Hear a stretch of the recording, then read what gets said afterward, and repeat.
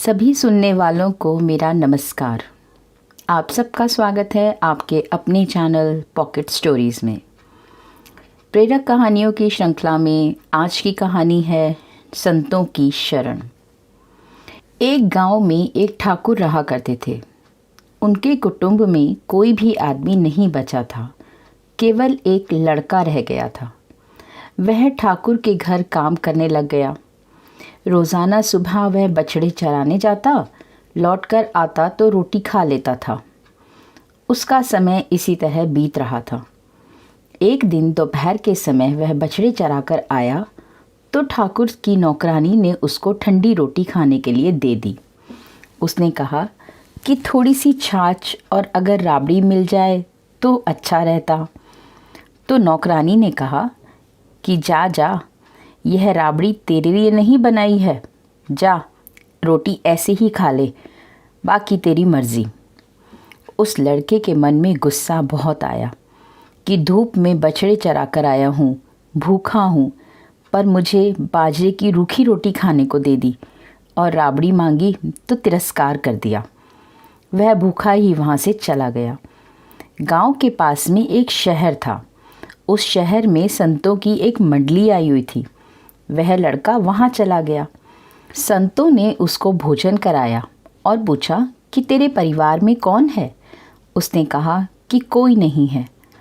तो संतों ने कहा कि चल, तू हमारे साथ चल और साधु बन जा। लड़का साधु बन गया। फिर वह पढ़ने लिखने के लिए काशी चला गया।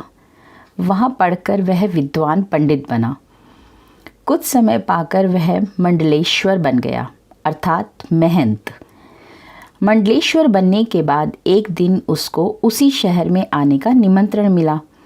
वह अपनी मंडली को लेकर वहाँ आया। जिसके वहाँ वह बचपन में काम करा करता था, वह ठाकुर अब बूढ़े हो गए थे। ठाकुर उनके पास गए और उनका सत्संग किया और प्रार्थना की कि महाराज, एक बार हमारी कुटिया में पधारो, जिससे हमारी कुटिया पवित्र हो जाए। मंडलेश्वर जी ने उनका निमंत्रण स्वीकार कर लिया। अब मंडलेश्वर जी अपनी मंडली के साथ ठाकुर के घर पधारे और भोजन के लिए पंक्ति बैठी। गीता के 15वें अध्याय का पाठ करने लगे। पाठ खत्म होने के बाद सब लोगों ने भोजन करना आरंभ कर दिया। महाराज के सामने तख्ता लगा हुआ था और उस पर तरह तरह के भोजन के पदार्थ रखे हुए थे। अब ठाकुर महाराज के पास आए और उनके साथ में उनका नौकर भी था, जिसके हाथ में हलवे का पात्र था। ठाकुर महाराज से प्रार्थना करने लगे कि महाराज, कृपा करके थोड़ा सा हलवा मेरे हाथ से ले लो। तो महाराज को हंसी आ गई। ठाकुर ने पूछा कि आप क्यों हंस रहे हैं। महाराज बोले, मुझे कुछ पुरानी बात याद आ गई, इसीलिए हंस दिया। ठाकुर बोले, हमें भी वह बात बताइए। महाराज ने सब संतों से कहा कि भाई थोड़ा ठहर जाओ, बैठे रहो। ठाकुर साहब बात पूछते हैं, इसलिए मैं बता देता हूँ। महाराज ने ठाकुर से पूछा कि आपके कुटुंब में वह परिवार रहा करता था, उस परिवार में अब कोई है क्या? तो ठाकुर बोले, केवल एक लड़का था। उसने कई दिनों तक तो बछड़े चराए, फिर ना जाने वो कहाँ चला गया। बहुत दिन हो गए हैं, उसको देखा नहीं है मैंने बहुत दिनों से। महाराज बोले कि मैं वही हूँ। पास में संत मंडली ठहरी हुई थी तो मैं वहाँ चला गया। पीछे काशी चला गया, वहाँ पढ़ाई लिखाई की और अब मैं मंडलेश्वर बन गया। यही वो आंगन है जहाँ आपकी नौकरानी ने मुझे थोड़ी सी राबड़ी देने से मना कर दिया था।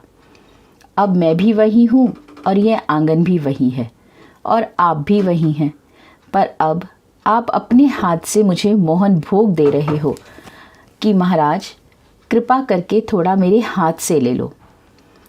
मांगे मिले न राबड़ी, करूँ कहाँ लगी वरण, मोहन भोग गले में अटक्या, आ संतों की शरण।